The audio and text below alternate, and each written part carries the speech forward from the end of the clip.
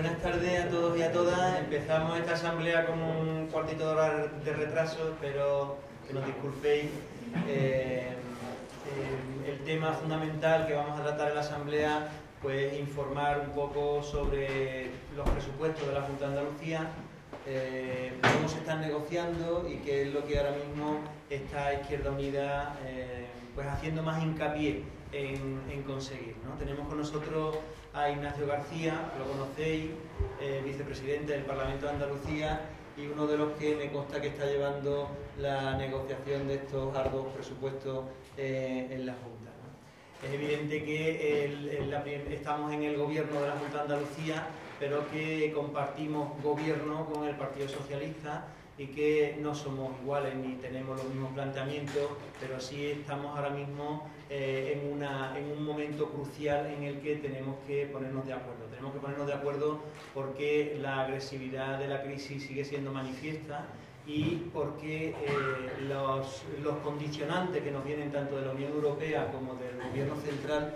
pues efectivamente están haciendo que este presupuesto pues sea un presupuesto con unos recortes de ingresos importantes que intentan condicionar la vida política de Andalucía. Bueno, yo os dejo con Ignacio, que es el que está ahora mismo al día de todo lo que está ocurriendo, para que él nos informe y nos cuente la rabiosa actualidad de este momento. Muchas gracias, Julio. Efectivamente, rabiosa actualidad, porque hoy precisamente se ha aprobado por parte del Consejo de Gobierno lo que es el proyecto de ley que a partir de noviembre verá el Parlamento, tramitará el Parlamento y aprobará el Parlamento allá a finales de diciembre. Por tanto, tiene razón Julio en una cosa, concretamente en que se siguen negociando los presupuestos. Es decir, no se ha acabado ningún proceso hoy, se siguen negociando los presupuestos y tiene razón también que han sido o están siendo, de ahí también el retraso, porque aprovecho para pedir disculpas, unos presupuestos especialmente difíciles en su confección. Bien difíciles fundamentalmente por una cosa, como creo que hemos dicho alguna vez, pero que conviene repetir, no hay en este país realmente autonomía. Y no hay realmente autonomía porque no hay autonomía financiera. Las comunidades autónomas dependen en más de un 80% de sus ingresos del gobierno central. Es decir, el señor Mariano Rajoy y compañía, pues aproximadamente, repito, el 81-82% decide lo que viene para Andalucía. La capacidad de generación de ingresos propios es escasísima. Concretamente, para que os hagáis una idea, sobre un presupuesto total con una envolvente de 30.000 millones de euros, los ingresos propios, lo que es capaz de generar la Junta con sus propios tributos, con sus propios impuestos, pues son del orden de 500 millones. 500 millones contra 30.000.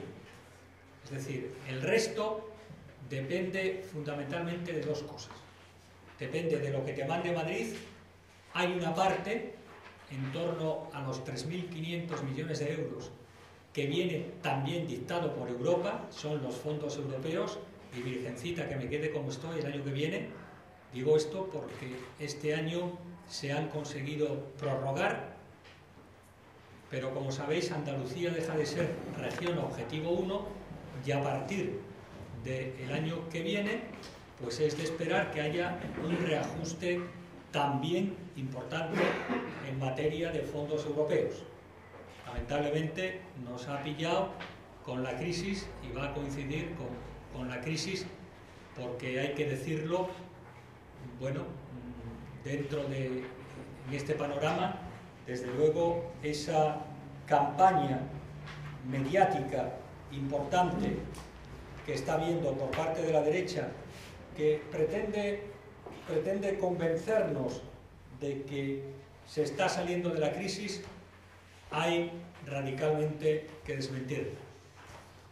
Estamos, como mucho, tocando fondo, pero se prevé una evolución no en V, sabéis que una evolución en V es bajas, llegas al fondo, empiezas a subir, sino una evolución en U, bajas, sigues un tiempo grande en el punto más bajo y luego subes, o en L, bajas y sigues, no se sabe cuánto tiempo, en el punto más bajo. Y lo digo porque en un encuadre donde se pretende de alguna manera presentar la salida de la crisis, el propio gobierno en sus previsiones solo prevé un crecimiento del 0,7% en el último trimestre del año 2014, me refiero al 0,7% del Producto Interior Bruto, y presume de una previsión de creación de empleo que permitiría bajar el paro en medio punto. Comprenderéis, eso no es una salida de la crisis. Y aquí tenemos ya uno de los principales elementos de debate político en este momento, que es de fondo y en el que debemos estar preparados y con posición definida en algo tan elemental como qué es la crisis o qué significa la salida de la crisis. El señor Montoro, el ministro de Hacienda, en la presentación que hizo de los presupuestos generales del Estado, dijo que para él la crisis venía a ser el equilibrar la balanza de pagos, el cumplir los objetivos de déficit que marca la Unión Europea y el conseguir que los inversores, en particular los inversores extranjeros, confíen en España y presten dinero a bajo precio, a bajo interés.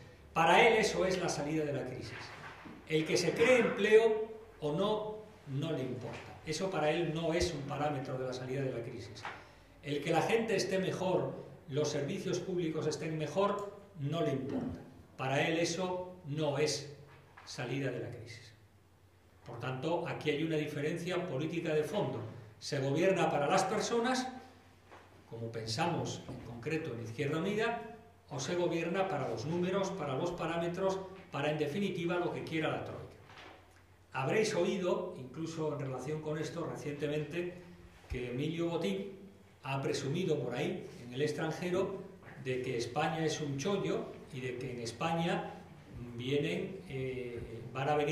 están viniendo cantidades de dinero ingentes, que está chorreando dinero sobre España. Eso es verdad relativamente, es decir, están viniendo inversores extranjeros, fondos de inversión, a cazar gangas, ¿vale? Pero no es porque esto vaya a mejorar las cosas, sino que vienen a comprar empresas en grandes dificultades. Las últimas de las que habréis oído hablar son Panrico y Fagor. Fagor parece ser que la ha comprado un fondo de inversión chino, cuyo planteamiento es quedarse con una tercera parte del personal y el resto de la producción llevarlo pues a un país de Extremo Oriente, no sé exactamente, ¿vale? Este es un poco el planteamiento. Bien, en este cuadro de carácter general nos tenemos que quedar, repito, con una idea, y es que en un presupuesto de 30.000 euros tenemos 1.200 millones de menos de ingresos, que evidentemente no podemos compensar con los ingresos que generemos nosotros mediante nuestros propios impuestos, incluso aunque tuviéramos más impuestos, llámese grandes superficies, llámese ecológicos, etc. Podríamos conseguir a lo mejor 100 millones más, pero no es, desde luego, para equilibrar la pérdida de 1.200 millones de euros. Bien, en esta pérdida de 1.200 millones de euros hay un elemento fundamental. Es un elemento político e ideológico de fondo, que responde a la ideología al modelo social y al modelo estatal del Partido Popular, y que consiste en ahogar financieramente a las comunidades autónomas, dado que el sistema actual, por cierto, diseñado por el señor Zapatero para hacerse amigo de los catalanes de entonces, el tripartito que había entonces, el sistema actual le permite al gobierno central un amplio margen de maniobra y decidir, bueno, pues qué da a las comunidades autónomas. Entonces, estrangula financieramente a las comunidades autónomas, en particular, y se puede demostrar, en particular a Andalucía. Y decimos en particular a Andalucía porque le duele la herida de no haber ganado con margen suficiente las elecciones en Andalucía. Les cuece el rasguño de que no estén gobernando en Andalucía y quieren desde el exterior cargarse al gobierno, y lo diré con datos, no es una mera elucubración, no es una mera reflexión. Pero repito, hay un modelo detrás de este estrangulamiento. ¿Ese modelo en qué consiste? Ese modelo consiste, primero, en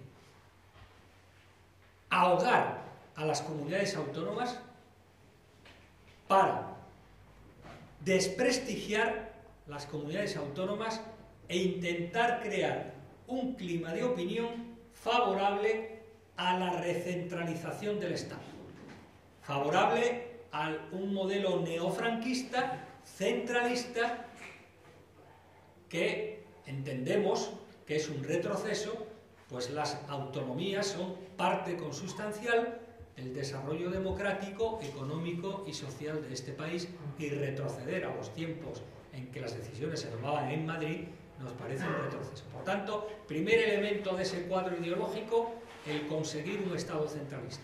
Pero hay otro más fuerte todavía, y es el siguiente. Lo mismo que digo que el 80% del ingreso de las comunidades autónomas proviene de lo que le da el gobierno central y en parte fondos europeos, al hablar del gasto, el 80% del gasto son políticas sociales. Es decir, el 80% de todo el gasto de las comunidades autónomas son fundamentalmente sanidad, educación y dependencia, por este orden. También habría una parte de políticas activas de empleo. Cuando yo estrangulo a las comunidades autónomas, estoy estrangulando la base fundamental de su gasto, es decir, estoy estrangulando sanidad, educación y dependencia. ¿Por qué? Porque mi modelo ideológico, el modelo del Partido Popular, el modelo de la derecha europea, el modelo de la Troika, es disminuir o eliminar del todo la presencia de lo público en los servicios, en estos servicios sociales. Es decir, privatizar, adelgazar y privatizar al máximo estos servicios. ¿Cómo? Desprestigiándolos, dotándolos de menos medios y provocando que la gente, el que pueda, se encargue un plan de pensiones, se encargue un colegio, acuda a un colegio privado, acuda a la sanidad privada, y además así, como hemos tenido ocasión de comentar otras veces, se generan nuevos nichos de negocio para el capital, una vez que ha agotado pues lo que era la especulación bursátil, es decir, la bolsa, lo que era la especulación inmobiliaria. Ahora el gran nicho de negocio, el gran nicho de dinero está, por tanto, en estos servicios. Por tanto, este es el cuadro de los presupuestos. Se estrangula a las comunidades autónomas y se estrangula por doble vía. Hasta ahora os he hablado de ese 81%, os he hablado de aproximadamente un 5%, que son los ingresos propios, y el resto, ¿qué sería? El resto es la financiación, es decir, es el endeudamiento que a ti te dejan contratar. A esto es lo que viene el déficit. ¿Qué es el déficit? Me parece importante explicar estos conceptos que quizá algunos sepáis, pero muchas veces se habla de déficit sin saber de lo que estamos hablando. Vamos a ver. El déficit, por definición, es la diferencia entre gastos e ingresos. Es decir, un presupuesto, tanto de un ayuntamiento, como de una comunidad autónoma, como de un país, como de una familia. Hay familias que hacen sus presupuestos, una empresa que hace presupuestos, lo que hace es una previsión de ingresos, es decir, preveo que voy a recibir este dinero, que voy a ingresar este dinero, que voy a disponer de este dinero, y una distribución de gastos. Voy a gastar aquí, aquí, aquí, aquí. Naturalmente es difícil acertar exactamente con tu previsión de ingresos y con tu previsión de gastos. Entonces, si hay más ingresos que gastos, tienes superávit. Y si hay más gasto que ingreso, tienes déficit. Eso es el déficit. ¿Vale? Entonces, ante un déficit, ¿qué puedes hacer? Pues puedes hacer dos cosas. Una, no pagar. Es decir, yo gasto más de lo que ingreso, pero no pago al proveedor. Esa es una posibilidad. Y otra, me endeudo. Es decir, me pido un préstamo, me pongo en manos de los bancos y de esa manera equilibro mi menor ingreso con mi mayor gasto a través de un préstamo. Pero aquí viene la Unión Europea y la Unión Europea te dice, te limito el déficit, es decir, te limito la capacidad de endeudamiento. ¿Por qué? Dice la Unión Europea en su razonamiento. Porque si te endeudas mucho, puede ser que no pagues, puede ser que tu gasto financiero en intereses, pues claro, cuando yo, esto es elemental, cuando yo contrato un préstamo, lo que hago es aplazar un gasto que tenía que hacer ahora, aplazarlo a varios años. Pero además genero un nuevo gasto, que es el interés, porque nadie me da dinero gratis. Entonces los bancos dicen, si tú te endeudas mucho, la suma de tus intereses más la amortización puede ser tan alta que no me la pagues. ¿Cómo me garantizo yo cobrar? Limitándote el déficit, limitándote los otros gastos para que tú me puedas pagar. Eso tiene su culminación en la modificación de la Constitución, la reforma de la Constitución, el artículo 135 y en la Ley de Estabilidad Presupuestaria, donde, como sabéis, se pone que la prioridad en el pago, por encima de los salarios, por encima de los gastos sociales, son los intereses y la deuda con los bancos. Todo eso viene de ahí.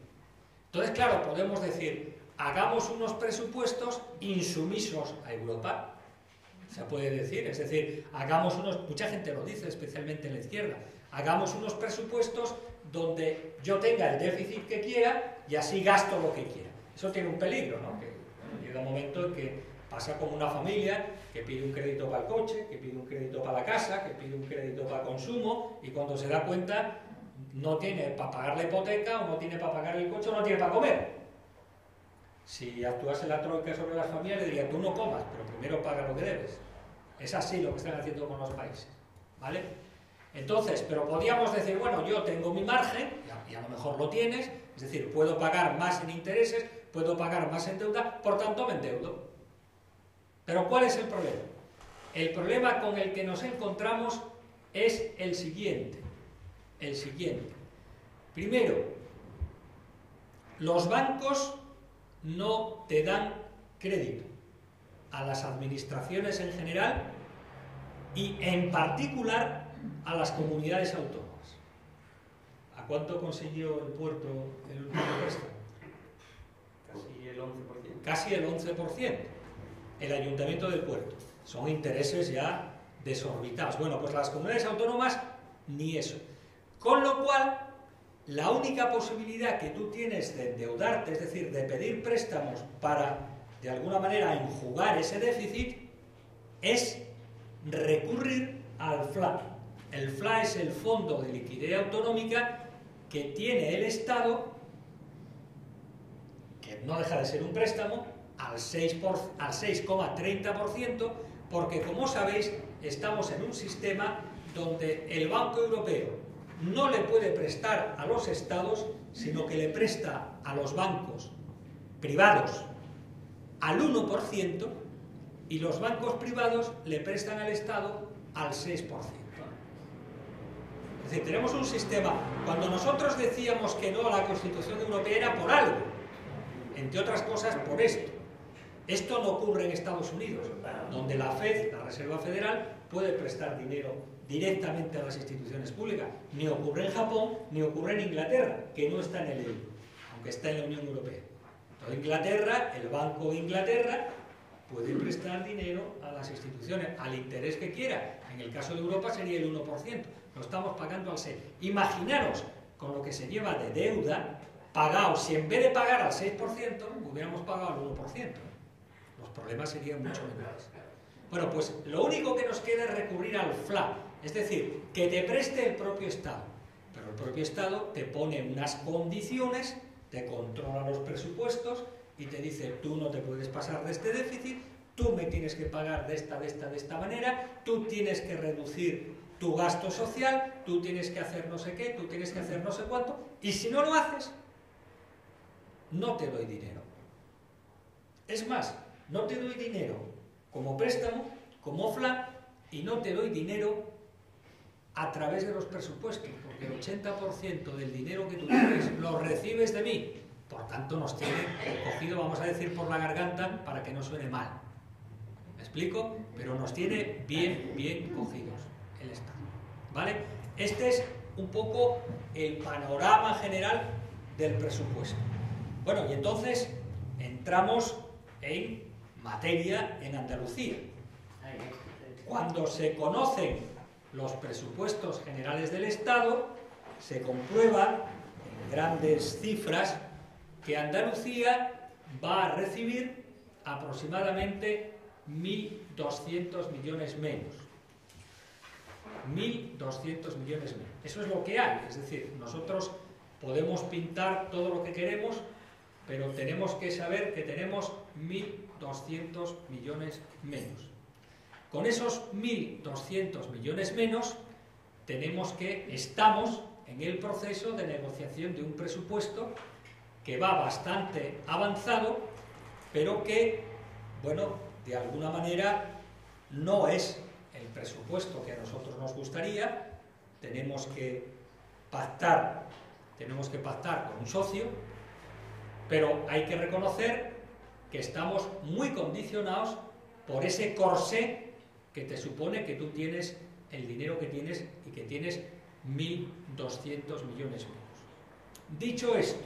Dicho esto, y para no aburriros con los números, después me preguntáis lo que queráis, pero dicho esto, ¿cuáles son las 10 líneas que las tenéis delante? Me parece que se han repartido, que ayer concretamente aprobó la Comisión Ejecutiva de Izquierda Unida en Andalucía como líneas maestras para la negociación de los presupuestos. Bueno, pues la primera, que de alguna manera se ha conseguido, es en los presupuestos generales de Andalucía se mantienen los servicios públicos. Y concretamente, a pesar de que había algunas ideas iniciales de reducir y recortar mucho más drásticamente los salarios de los empleados públicos, eso se ha parado y concretamente en educación y sanidad se mantendrá el mismo capítulo 1, es decir, el mismo personal. Primera idea fundamental, el mismo personal, ¿vale? Segunda idea fundamental, ya le he dicho, apostar por evitar recortes en el capítulo de personal. Y esto no es fácil, porque concretamente en educación y sanidad sabéis que la mayor parte del gasto son los maestros y profesores, por un lado, y los médicos por otro. Es decir, hay un gasto de funcionamiento de colegios, hay un gasto de funcionamiento de hospitales, en este caso más importante, pero la parte mayor es la del personal. Tercera cuestión que ha estado de manera permanente en el alero es aumentar la capacidad de ingresos de la Junta de Andalucía. La capacidad de ingresos de la Junta de Andalucía es decir, la política fiscal de la Junta de Andalucía se va a revisar entera y se va a empezar ya el 1 de noviembre mediante un grupo de trabajo bilateral que tiene dos objetivos. Uno, el analizar con todos los datos posibles, el analizar las posibilidades que tiene Andalucía de incrementar sus ingresos por la vía de los tributos desde la óptica o con el objetivo de redistribuir la presión fiscal. Redistribuir la presión fiscal significa que paguen más los que más tienen. Que paguen más los que más tienen. No se trata de hacer la política fiscal que hizo Montoro y Rajoy, hicieron Montoro y Rajoy en contra de su propio programa de subir indiscriminadamente los impuestos.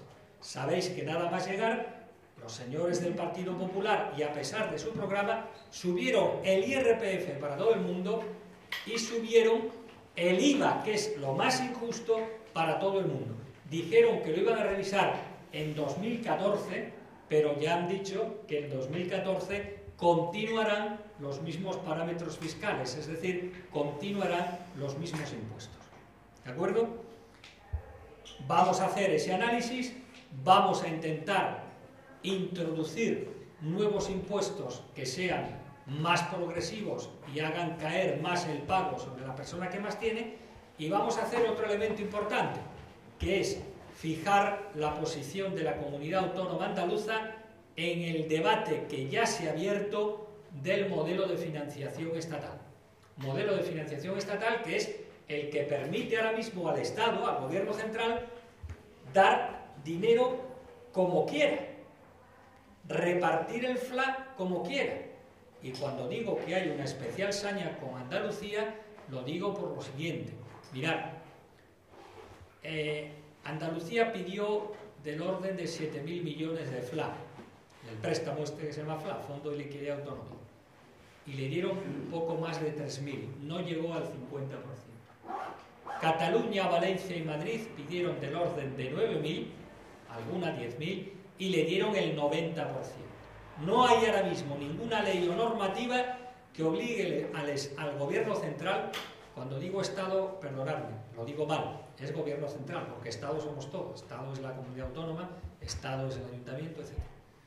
Por tanto, el gobierno central le da a Cataluña, Madrid, Valencia y Murcia el 90% de lo que piden, y a Andalucía solo le da el 30%. El modelo de financiación es radicalmente injusto también, porque el dinero que da no lo da en función del número de habitantes, con lo cual Andalucía recibe mucho menos dinero por habitante de lo que recibe la media de las comunidades autónomas y, por supuesto, de la que reciben esas comunidades autónomas. ¿Vale? Por tanto, eso se va a hacer en ese grupo de trabajo. Esperamos tener un diagnóstico de la situación de impuestos allá por el 31 de enero y para la primavera ya sobre la mesa los nuevos impuestos o tasas que en esta filosofía se puedan implantar, en esta filosofía de regresión. Bien, hay un problema, y yo no lo quiero disimular, ¿no?, que es el tema de los empleados públicos. El tema de los empleados públicos este año van a seguir con la reducción de la paga extra, no la supresión, como se está diciendo. Lo que se reduce es el complemento autonómico de la paga extra, que solo se cobró un año, me parece, en 2009, completo, y que supone aproximadamente el 5% del salario que tenían hace 2 años. Es decir, no es, como en algún sitio podría deducirse, que se recorta un 5% más. No, no, se mantiene exactamente el mismo salario que tenían el año anterior, que se tienen en 2013. ¿Vale? El mismo salario. Lo digo, y esto es importante, mirad, el ahorro, entre comillas, o la cuantía que supone ese complemento autonómico de la paga extra para los trabajadores públicos alcanza la cifra de 323 millones de euros. 323 millones de euros es el gasto de funcionamiento de muchos colegios y de muchos hospitales. Y alguno, incluidos gente de los sindicatos, está diciendo: ¿y por qué en otros lados, en otras comunidades autónomas, no se suprime el complemento autonómico o no se suprime la paga extra o una parte de la paga extra? Y es verdad, pero si queréis os doy los datos de por qué lo hacen. Pues mirad, Madrid ha despedido a 45.000 empleados públicos. Cataluña ha despedido, estoy hablando de memoria, si alguien quiere le doy los datos porque los tengo en el móvil, a 60.000 empleados públicos. Aragón ha despedido a 20.000, Galicia 17.000, con lo cual, claro, hay dos opciones. Yo tengo que ahorrar en personal porque se lo obliga a Madrid. Entonces, una opción es despido gente y a la que quedan como reyes, o no despido gente o minimizo la pérdida de puestos de trabajo, pero entonces hay que hacer un sacrificio. En Andalucía, aunque hay funcionarios que no lo comprenden, otros sí lo comprenden, se ha optado por esa vía. ¿Vale? Pero que tengáis todo el dato. Entonces, hombre, el objetivo nuestro es esperar a ver si es verdad que a partir de 2015 se vislumbra la luz al final del túnel de la crisis y se pueden recuperar esos derechos laborales. Sería un criterio o un objetivo prioritario. Bien, ¿qué planteamos en estos presupuestos que van a tener su reflejo? Pues lo que planteamos en estos presupuestos que va a tener su reflejo es el llamado Banco de Tierras. Va a haber una partida específica que no se va a llamar Banco de Tierras, tampoco Observatorio de Tierras, como dijo la presidenta, sino que se va a llamar Medidas de Planificación e Impulso para la Gestión Social de la Tierra.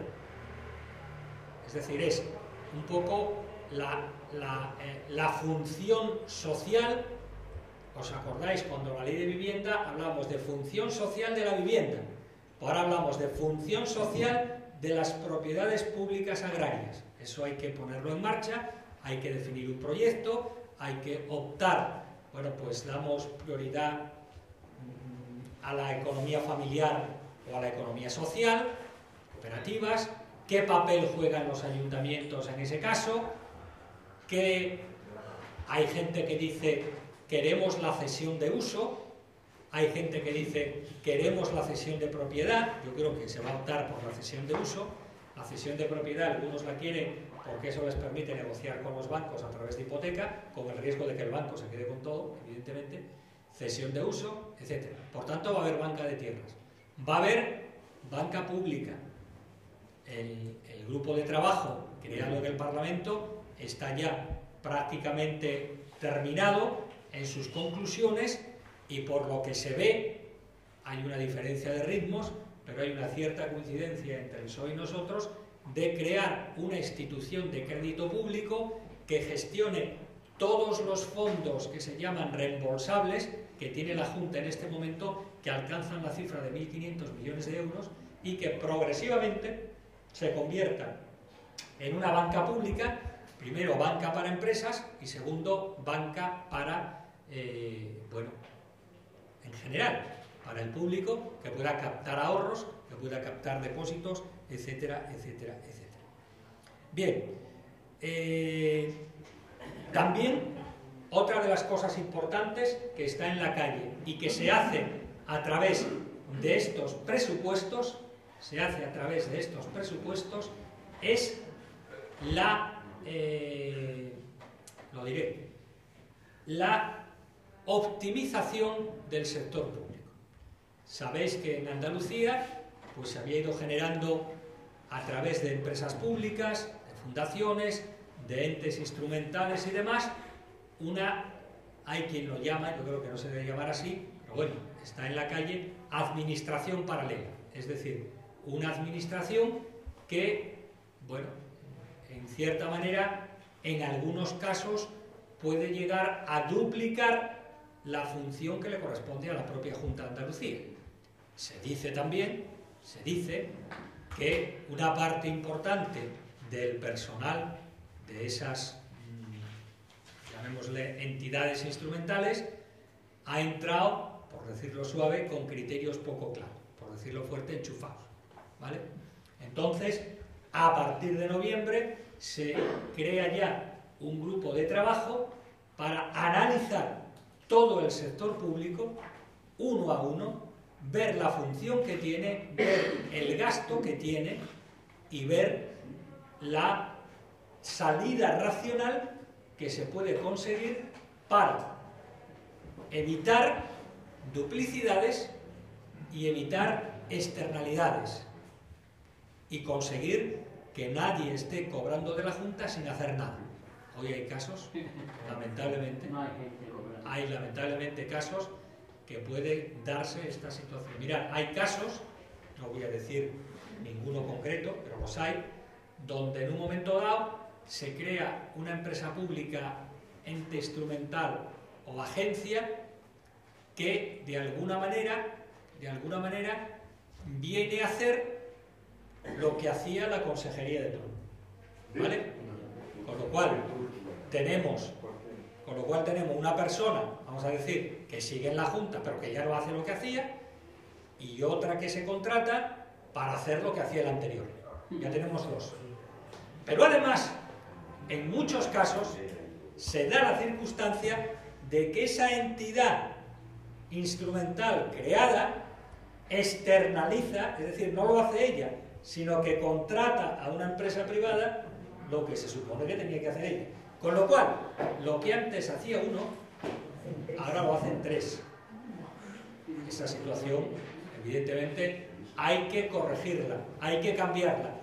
No es justo lo que dice el Partido Popular de que sobran 20.000, porque no es así. Ahí está el SAS, por ejemplo. El SAS es una entidad instrumental, es una agencia pública.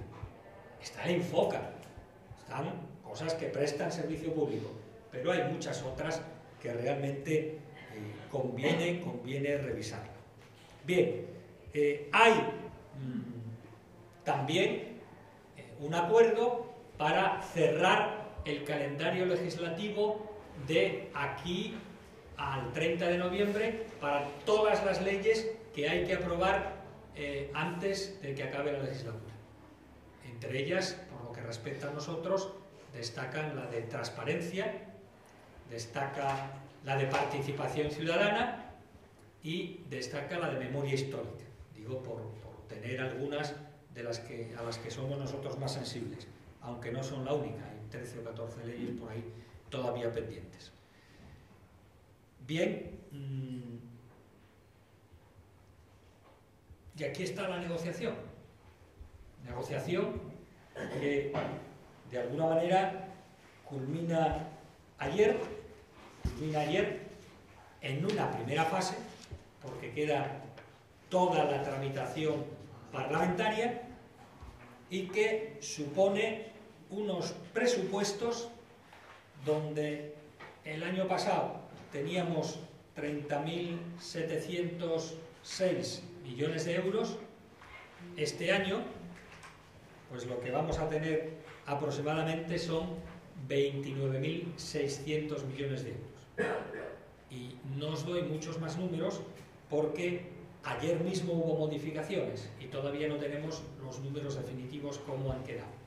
Ayer mismo hubo una pelea importante para que el ajuste en capítulo 1, es decir, en personal, en educación y en sanidad, se quedase en cero. Y se consiguió. Y se consiguió. No va a haber reducción de personal en educación, reducción de personal en sanidad. Y ojo, que puede venir Montero y ya es que me lío. Montero es la de Andalucía y Montoro es el de Madrid. Montoro es el ministro de Hacienda, Montero es la consejera de Hacienda. Imaginaos encima el lío. Y puede, con la ley de estabilidad presupuestaria, echar para atrás los presupuestos. Confiamos en que no. Confiamos en que no. Pero si lo hace, va a quedar muy claro quién es el que obliga a los recortes en educación y quién es el que obliga a los recortes en sanidad. ¿Cuál es el arma que últimamente están utilizando para apretar más concretamente en educación y sanidad? En general en todo, pero en educación y en sanidad de manera especial, porque el personal es fundamental. Mirad, el arma que están utilizando fundamentalmente es la llamada tasa de reposición. ¿Sabéis lo que está ocurriendo? Lo que está ocurriendo es que la ley del Estado, la ley de presupuestos del Estado, te permite reponer únicamente uno de cada 10 jubilados. Es decir, si se jubilan 10 maestros o 10 profesores, solo puede sustituir a uno. Nos lo vamos a saltar. Pero eso es lo que dice la ley y eso es lo que están haciendo en otros sitios. ¿Eso qué significa?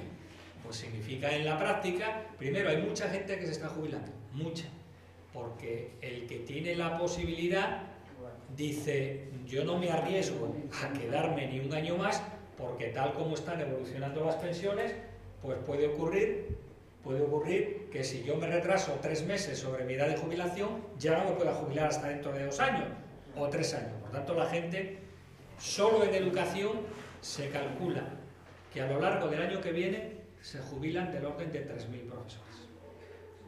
Allí uno ha levantado la mano. 3.000 profesores. Eso significa, bueno, pues que de 3.000 profesores podría reponer 300. Eso lo están haciendo en otras comunidades autónomas, lo cual te lleva a 2 caminos para resolver y mantener mínimamente la situación. Esos 2 caminos son, una, cerrar centros, lo han hecho en varias comunidades autónomas, donde se han cargado prácticamente toda la escuela rural. Sí, en Castilla-La Mancha os puedo dar los datos del número de centros rurales que han cerrado. Centros rurales, o sea, colegios rurales y centros de salud rurales también. Y la otra vía, evidentemente, es aumentar la ratio indefinidamente. Es decir, si tengo menos maestros, pero tengo el mismo alumnado o más alumnado, lo que tengo que hacer es meter a más niños en cada clase. Eso lo estamos intentando evitar en Andalucía de forma combativa. Hay otros elementos como el transporte público, como el tema de las becas, etcétera, etcétera, etcétera, ¿no? Que, bueno, suponen que a ti te dan un dinero y que tú tienes que optar dónde se utiliza. Bien, ¿cuál es la línea general política de estos presupuestos? Pues la línea general política de estos presupuestos, yo diría que son 2. Unos, priorizar la política para la gente, para las clases populares. Esa es la primera. Eso nos lleva a veces a que tengan que hacer un sacrificio los funcionarios. Pues sí, lamentablemente, ojalá no lo tuvieran que hacer. Gracias a ellos se están manteniendo muchas cosas, hay que reconocerlo. Por tanto, se trata de crear empleo y estos presupuestos conllevan un plan de empleo, por un lado, que es continuación del año pasado, que se sigue, pero un plan de empleo nuevo de 200 millones de euros. Ese plan de empleo de 200 millones de euros va a ser dirigido fundamentalmente a la gente que está en grave riesgo de exclusión social. Sabéis que hay bastante gente que ya no recibe ni la ayuda familiar, familias sin ingresos, y desde Izquierda Unida la pelea, porque ese es un plan que entra dentro del acuerdo de concertación del Pacto por Andalucía y por tanto se va a pactar el gobierno con agentes sociales, fundamentalmente sindicatos y patronal. Pero vamos a intentar desde Izquierda Unida que en ese plan, una parte importante de ese plan, vaya dirigida fundamentalmente a las mujeres, dado que la mujer en los planes de empleo anteriores pues no se ha visto beneficiada. ¿Por qué? Porque eran planes muy dirigidos, a lo mejor porque era lo más fácil, al sector de la construcción, en los pueblos. Entonces, claro, hay poca mujer trabajando en el sector de la construcción. Vamos a luchar desde Izquierda Unida porque este plan de empleo tenga mucho que ver, por ejemplo, con labores de dependencia, sector de la dependencia, donde sí hay una participación femenina importante en lo laboral. Y después, bueno, pues digamos, si hay 1.200 millones menos, si se mantienen las políticas sociales, la dependencia concretamente se blinda, mantendrá las mismas cantidades que en 2013. ¿Dónde está el recorte? Os preguntaréis, con toda lógica. Pues una vez más, el recorte fundamental está en la inversión. En todo, pero la inversión es el que se lleva la parte más gorda, con los efectos negativos que esto conlleva, claro. Sabéis que la inversión va ligada al empleo también, pero había que hacer una opción: o mantenemos las políticas sociales que suponen ese salario diferido para las clases populares y que afectan especialmente a la gente que está parada, a los mayores, a los pensionistas que han visto reducido su poder adquisitivo, o optamos por la inversión como hacen otras. Optar por la inversión es también alimentar a las grandes constructoras, porque cuando hablamos de inversión, fundamentalmente se habla de inversión en infraestructuras. Se mantiene la de los metros porque es algo que no puedes dejar parado, pero desde luego, salvo una carretera o dos, realmente poco se puede hacer con este dinero, lo digo así de claro. Por eso no se provincializan las inversiones, es decir, no va a haber un detalle de las inversiones que va a haber en Cádiz, que va a haber en Almería, que va a haber en Granada, etc. Porque es muy poco, lo digo así como suena. Entonces las inversiones se va a terminar poco a poco lo que ya se ha empezado y se va a intentar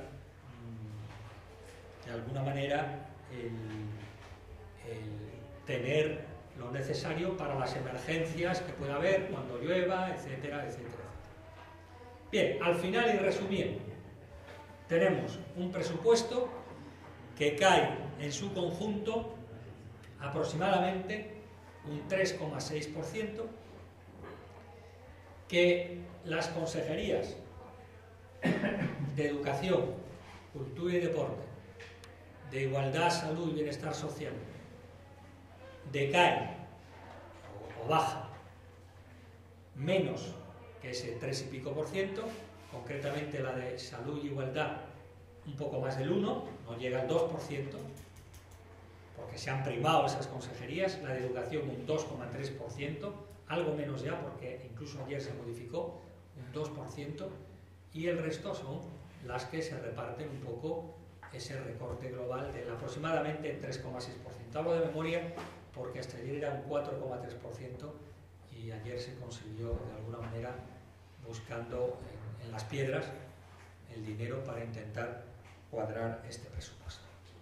Y este es un poco el escenario. Todavía no conocemos en profundidad o con detalle las cifras de cada consejería. Eso lo conoceremos a partir del día 1 de noviembre, que es la fecha oficial, el 31 de octubre, que es el jueves, de presentación de los presupuestos en el Parlamento.